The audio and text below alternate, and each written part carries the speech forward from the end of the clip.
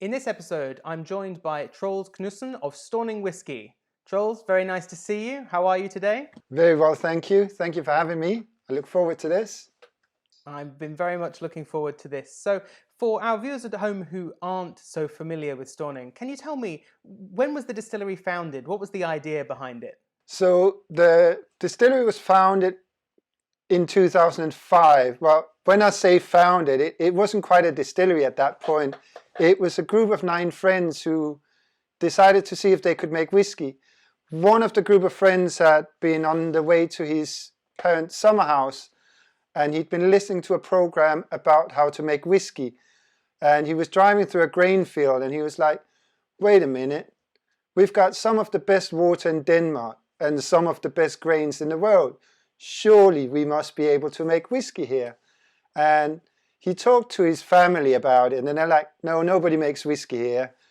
And a week later he had a meeting with some of his friends, and he was like, anybody want to come on a journey and try and make some whiskey? And 8 of them said yes, and then it's gone from strength to strength since then. The first distillation was made in August of 2006, and there's really been no looking back since then. But the story has been quite unique in many ways. Like, the first distillery was the old abattoir.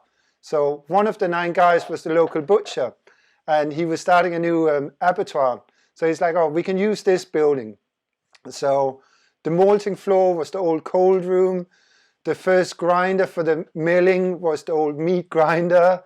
So everything was just done with what was at hand and what was available. And the first 2 stills were made from random parts that they managed to source online. So yeah, quite a unique start to a distilling adventure. And was there an established model for Danish whiskey, or did they really just have to create something from scratch themselves? They really had to go from scratch. There was one Danish distillery in the 60s that made whiskey, but it went bankrupt after about a year. One of the 9 guys, Alex, has tried it, and he told me that it was really awful. So in that respect, we kind of see ourselves as the first whiskey distillery in Denmark, because they went down before they officially released anything. And since we've started, there's now 15 whiskey distilleries in Denmark, which is quite crazy for a population of about 6.5 million people. And apart from us, there's another 2 or 3 that only does whiskey, but most of the others also do vodka or gin. And what kind of style did the founders set out to create with the distillery? So the original whiskey they wanted to try to recreate was the 1977 Artberg, which probably is setting the bar high, but if you're going to try, why not set your sights high? Since then, they've come to the realization that if they were going to make something, they would be better off doing a Danish or a Nordic whiskey and do something that was closer to home rather than replicating something out of Scotland. So after founding the distillery in this disused abattoir and cobbling the stills together and deciding, okay, well, we want to create 1977 Ardbeg, but then deciding to create their own style. What style did they settle on in the end? Did they go for pot still distillation, column still? What did they choose? It was always pot still, so they got 2 small pot stills. I think they're about 230 liters that they found online, and that was the original stills. But then since we got investment from Distill Ventures and got the funding to build a brand new distillery, a lot of decisions had to be made, and one of them was what to do with stills. And a lot of people would probably have gone for 2 big stills, one for the low wine and one for the spirit. the team at Stauning were concerned about losing the character of the whiskey that they'd already started building a fan base around. So rather than getting two massive stills, we decided to go for 24 pot stills. So we have 16 for the low wine and 8 for the spirit distillation. They're all coupled in groups of 4 and all direct fire.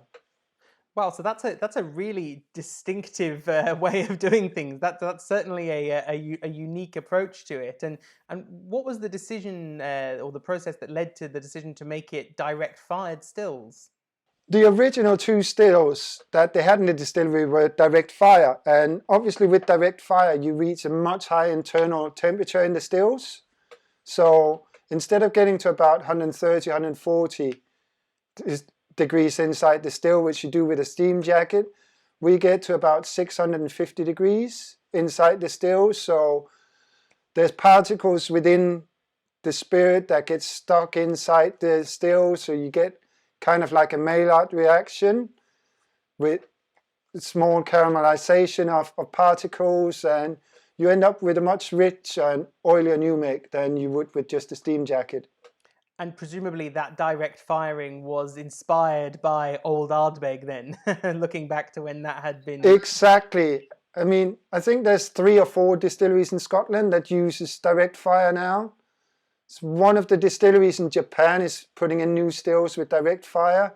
So people are realizing when they taste older whiskies, the characters that are missing. And the people who build our stills, at first they said they couldn't do it because they didn't know how to do it. And then they called back and said, oh, we think we have a solution. We've rehired some of our old staff, but they're in their 80s and 90s. So it might take a bit of time before we figure out how to do it. So they got all these guys in the 80s and 90s come in and explain to the kids, so to speak, how you build a still for direct fire. So all the young people came to install all the stills. They said it was the best job they've ever had because they learned so much from the old guys about how stills were traditionally made, about the history of making stills, and learned a whole new set of skills on how to construct stills. So with this, obviously, this very unusual setup that they've got there, how would you describe the house style of the spirit? It's very fruity and it's very oily. One of my favorite products is actually our new make of the rye, which we smoke with peats after distillation, and it's incredible. It's so fruity and so funky. It's just incredible, and I love using it in Bloody Marys, for instance. Nice. That sounds good. I'm fond of a like a mezcal Bloody Mary myself, so I imagine a peated new make Bloody Mary would be pretty good. It's very much in that vein, actually, the flavor profile, but it's kind of like mezcal, but at the same time very much not. And it's very rich for a new make as well. Like the characteristics of it, it's super creamy. Our fermentation is 4 days, but a lot of it also comes from the fact that everything we do is floor malted, including the rye, which is quite unusual. There's 2 vodka distilleries in Poland that floor malt their rye, and everybody says they're crazy.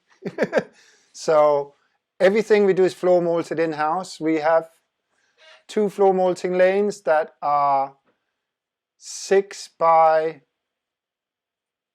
60 meters, I believe. So quite big, and we have quite a unique setup because 4 of the guys who created Stauning come from an engineering background, so they like to invent their own things to improve the distillery. So they've built a thing. They built the original for the distillery in the abattoir to turn the grain when it was malting on the floor, so they didn't have to go and get their monkey shoulder from turning the grains. But the new one for the new distillery is absolutely incredible. One of the guys had been at a seminar in America and talked about enzyme development from floor malting, and was told that because of wind in nature and rain in nature, in most distilleries you're only about 60% of what nature does with the fermentation of the grains. And one of them was like, well, we just make it rain in the distillery then.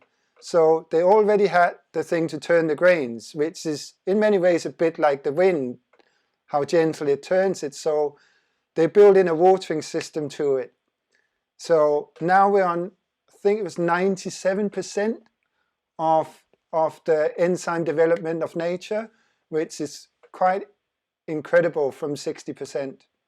That's absolutely fascinating. So they've really drilled down into the traditional practice of floor malting, but modernized it, applied modern engineering and science to it to get more from it. And you're saying that in turn then has an impact on the flavor development of the final spirit. We have a much better enzyme development than traditional floor malting, where you just turn it. So adding the water irrigation system into the mechanism that turns the grain has led to a much higher efficiency.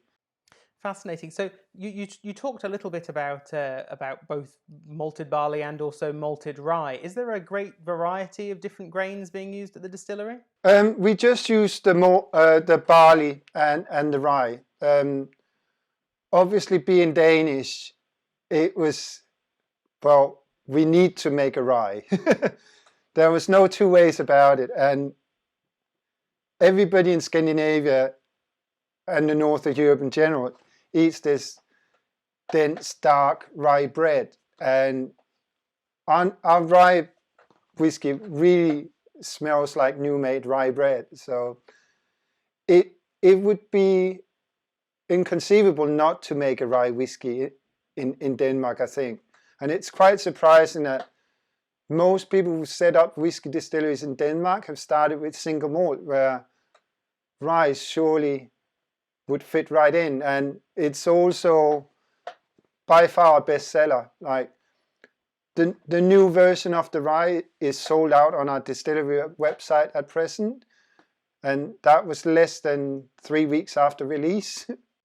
Wow, so that's so it's a clearly very, very popular then. What's the when you're doing floor malting? Obviously, there's it's quite famous that it's a time and labor intensive process, and to a greater or lesser degree, it will impact how much you can actually produce at a distillery, because you're always going to be limited by how much you can floor malt. So, what is the overall capacity of the distillery? We can floor malt 25 tons at any time. So the space is there. Our capacity is quite high. So our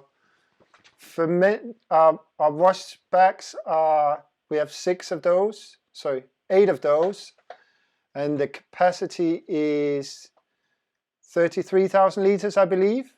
But we don't fill them more than 27,000 approximately. So the capacity is there, but being Scandinavian as well, we're not doing around the clock, which I find really fascinating. Like, distilling is done Monday to Friday and within office hours. But we have 2 full warehouses, a third is nearly full, and we're building a 4th. So it's going onward and upwards in many, many ways. Fascinating. And one final point on production. You mentioned this very long fermentation. You talk about 4-day fermentation. Are they using unusual yeasts, or did they search for a proprietary yeast? They've been using quite common yeast to begin with. So they've stuck to the same yeast as they used in the beginning, which was stuff they sourced online. But one of our partnerships is we've done a barrel exchange program with Carlsberg. They've offered to make a unique yeast strain for us, which when they were like, would you be interested in that? the answer was obviously a resounding yes, to get our own unique yeast strain. So I'm not sure how far we are in the process with that, but it's definitely something that I look forward to trying in the future and see where that will lead. Fascinating. So you get this very fruity, oily spirit that's been produced using grains that have been malted at the distillery. What about the casks? What's the wood policy at Stauning? So we do a lot of experiments because by nature we're curious, which is also the name of the smoked new make. But the natural curiosity, because none of the guys who founded the distillery were from a spirit background. They've very much just learned on the ground, and natural curiosity has made them do, some would say, silly things, but it's also made it a lot more interesting with how much is there when you go to the warehouses to sample, because there's a lot of different experiments. But for the core range, the rye is new American Missouri oak, and for the single malts, it's first fill bourbon barrels. So is that the majority that is being filled? You mentioned a sort of an experimental nature. Are there a lot of other unusual casks being filled too? Well, we have one it's been released in Denmark. It's gonna come out in the UK eventually. It's called Bastard. It's the rye whiskey bird finished in a mezcal cask. Really? Yeah, and there's usually if you go to the distillery shop at the distillery, they'll have various expressions on sale there. There's been port casks. What else have I tried? There's been vermouth casks. The vermouth cask is incredible. It's like a cask strength Manhattan almost. Yeah. There's Muscatel cask has been used. Madeira casks. So yeah, more or less any cask you can think of, they've tried to stick something in to see what will happen. Well, I like their style. That sounds like they're really giving everything a go. But today we're here to talk about the Rye Whiskey, which has, along with the rest of the range, recently had a wonderful new bottle with a new design, which I'm a big fan of. It looks lovely. So could you tell me a little bit about this rye and what you get from it when you taste it? So this rye whiskey is a blend of barrels that are between 3 and 4 years old. So with the new packaging and moving away from a 500ml bottle to a 700ml bottle, the overall age has gone up about 9 months. And the ABV has just been fine-tuned. Like the last batch of the rye was 50%. Now we've gone to 48%. And with the slight raise in the age and the fine-tuning of the ABV, I think we have a world-beating rye whiskey now. As I said to you before the interview, I used to work a lot with American whiskies, and I've tried, I don't know how many rye whiskies, and I would put this in the top 5 of rye whiskies I've tried, which it's quite incredible for somebody who's been making whiskey for 15 years to be at the level we are now. It's really fascinating. Interestingly, one of the flavor profiles that goes throughout our range is there's always a hint of licorice, which, as a Scandinavian, I'm a big fan of, and everybody at the distillery is. Luckily, it's not that big a note that it will put people off. One of the more interesting tasting notes is on the nose. It smells like when you've just opened a pack of wine gums. It actually says that on our official tasting notes, wine gums on the nose. It's like I've got a massive sweet tooth for sweets, so I'm perfectly happy with that. Overall, it's very creamy, very fruity, and also notes of caramel. All of that is coming from the heavy charred American casks. Lots of vanilla as well, but generally very fruit driven, with some nice spice from the rye as well. I think one of the key ingredients, it's 70% rye and 30% barley, and that bit of barley really gives a nice backbone to what would possibly be an otherwise quite young rye, especially in the climate we're at in Denmark. We're more or less in line with Aberdeen, so a rye whiskey in America would age much quicker, so it really is a young rye in many aspects of what you see of ryes on the market from around the world. So you touched a bit on the maturation environment there. What kind of warehousing the casks kept in? We've got the original warehouse was literally just brick and mortar outside, very tiny, about the size of an average garage for 2 cars. Now we've got 3 and a 4th on the way. There's no temperature control, so they're just big black metal warehouses. So Do they have earth floors at all, or is it concrete floors? Or it's concrete floors, and yeah. And what does the, for people who aren't familiar with Denmark, what is the sort of average temperature fluctuation throughout the year? How hot does it get in summer and how cold does it get in winter? It's very similar to Scotland, really. So winter, it goes to around 0. Some winters it goes below, but hasn't been that many of them the last couple of years. Summer, a nice summer, it's about 25 degrees, hopefully a bit higher, but yeah, it's not too dissimilar from the UK, really.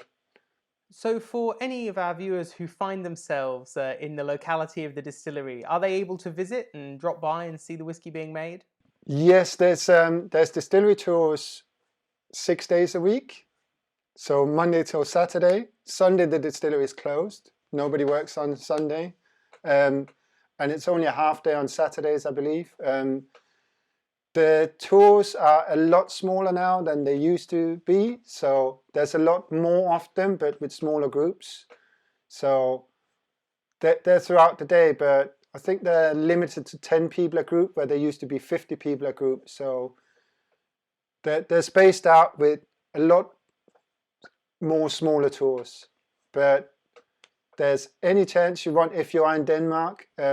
Right now it's almost impossible to get to Denmark, unfortunately. But if you are in Denmark, then it's definitely an option. Although it is a little bit hard to get to. You need to find a designated driver. Well, I think anyone who's visited a lot of the Scottish distilleries will know that usually the harder a distillery is to get to, the more you'll enjoy the tour when you get there. Well, it's definitely worth the journey. We've won architecture prizes for the distillery. The distillery, it's truly beautiful. It's 4 buildings, and you see the progress of whiskey being made from the floor malting and all the way up to the distilling, and then the warehouses at the end. And we've won we also got a grant last week. The Danish Art Foundation has decided to nominate 4 buildings for the first time ever for their prizes, and our distillery was one of the 4 buildings they chose. It's the first time ever a building, let alone distillery, has been recognized by the Danish Art Foundation. Fantastic. Well, that's a great achievement. It's wonderful that they're being recognised for more than just lovely spirit. So for people based in the UK, where can they buy this rye whiskey and the rest of the range? We're in the process of getting available through Master of Malt, and we're also in the process of changing out the old stock from specialty to the new stock. So in the next week or so, the new stock should be available through both of those outlets. And then there's also a few other independent whiskey shops that you can buy from. So we have Chaos, which is KAOS. So we share the name of Stauning with the Danish Prime Minister during the Depression. His name was Troels Stauning. We're named after the village of Stauning, which is about 1 kilometer from where the distillery is. Troels Stauning, for his election, put his slogan in all the Danish train stations leading up to the election. And his election slogan was, "You're going to choose Stauning or chaos." So there's a lot of stories about Stauning that relates back to whiskey. There's a famous Danish story in politics, is the Whisky Agreement. There'd been a topic that they'd been discussing in Parliament for 2 days, and they couldn't come to an agreement. And Troels Stauning said to the ministers, "Tomorrow, 10 o'clock, you come to my house." And all the ministers showed up at his house. And at 10 o'clock at night, his maid came and knocked on the door and asked if they required anything else before she retired. And Troels said, "Please go to my wine cellar. In that corner of a cellar, there's that bottle of whiskey, and I want you to bring that with a glass for each of us." And the help has recounted several times that she didn't enjoy that because it was dark, it was winter, and she had to go across the yard, which obviously was full of rats during the winter. But nevertheless, she retrieved the bottle, left it outside the door, knocked, and went off to bed. The next morning, she'd asked what had happened, and Mr. Stauning said that he walked around the table, poured out the bottle, and finished it in his own glass, sat down, took a sip, and went, "That's a damn fine whiskey, isn't it?" Everybody agreed, and he went, "Should we just sign the fucking thing then?" And everybody agreed. So in honor of him, we have our whiskey called Chaos, which is a blend of our rye whiskey, our peated single malt, and an unpeated single malt. And the last one then there's the new make, Curious, is part of the core range as well. Although technically it's part of our experimental series. And the last one we have is called Peat, which is a blend of peated and heather smoked single malt. Well, that was a fantastic story, and it sounds like there is a really, really interesting range there to explore. So I can only say thank you so much for your time. It's been wonderful speaking to you about Stauning. I have learned a lot. It's a distillery that I didn't know a lot about before we began chatting, and I'm very eager to try some more of the whiskies from the range. Tell me when, and all things considered, I can come and meet up with you and talk you through the whole range. I'll look forward to it, and hopefully sooner rather than later it'll be easier to meet up and easier to visit the distillery too. Perfect. Thank you. Thank you for having me.